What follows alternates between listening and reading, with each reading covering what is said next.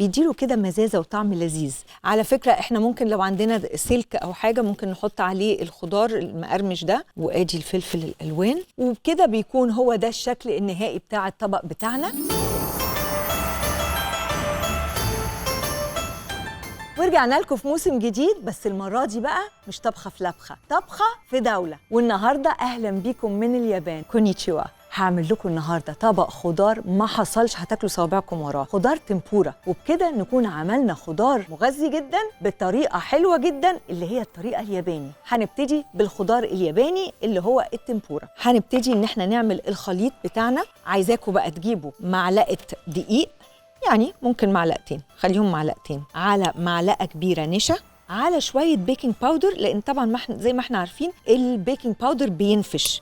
هنقلبهم كده في بعض. نقلب الخليط بتاعنا بمية تكون ساقعة جدا جدا جدا. احنا لو عايزينه ان هو يبقى الخليط بتاعنا مقرمش قوي قوي قوي بعد ما نحمره، نزود مياه فوارة او صودا. في ناس كمان عايزة اقول لكم ان هم بيحطوا تلجاية كده وهم بيقلبوا، وعلى فكرة لما يبقى فيها كتل مش غلط، بالعكس بتدي طعم احلى. ادي ايه الخليط بتاعنا، شبه خليط الكيك شوية. طبعا لازم يكون عندي زيت غزير على نار عالية. هبتدي بالجزر، هنزله في الدقيق، اتاكد ان هو اتغطى كويس جدا بالخليط، وبعدين انزله في الزيت بتاعي. وادي جزرايه كمان، بصوا ما بياخدش ثواني. مهم قوي كمان ان احنا ما نسيبوش لغايه ما يتحرق، لا لازم يطلع ايه بلون ذهبي كده حلو زي ده. واكون محضره يا اما مثلا سلك يا اما طبق، واحط عليه مناديل عشان خاطر الزيت الكتير يتشرب. نفس الموضوع هعمله مع البتنجان، نزله في الدقيق الاول وبعدين في الخليط اللي انا عملته. بصوا قد ايه سهله وقد ايه طعمها هيبقى حلو جدا. هننزل بالكوسه، نفس الموضوع برضو هتتحط في الدقيق الاول. الدقيق اصله لما بنحط فيه الاكل الاول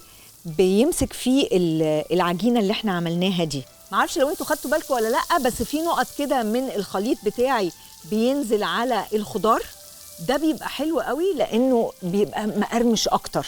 نحاول طبعا ان احنا عشان الشكل بيفرق قوي في التقديم، نحاول ان احنا نقطع الخضار كله بنفس الطريقه، بنفس السمك، بنفس الطول، عشان في التقديم بيبقى الشكل مختلف تماما بقى.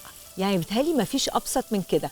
وعلى فكرة الخضار اللي انتوا عايزين تعملوه ده اختياري، يعني ممكن نعمل أي صنف خضار موجود عندنا. ممكن نعمل بصل، ممكن نعمل مشروم، ممكن نعمل بروكولي، ممكن نعمل فلفل ألوان برضو بيبقى حلو قوي، ده مليان فيتامين سي. والولاد بيحبوا بقى الأكلة دي بشكل رهيب. ولا أحسن مطعم في الصين ولا في الهند ولا في اليابان ولا في أي حتة هيطلع لكم خضار بالحلاوة دي ويبقى كريسبي كده. بصوا ما خدتش مننا وقت خالص خالص خالص. وبكده نبقى خلصنا الخضار بتاعنا.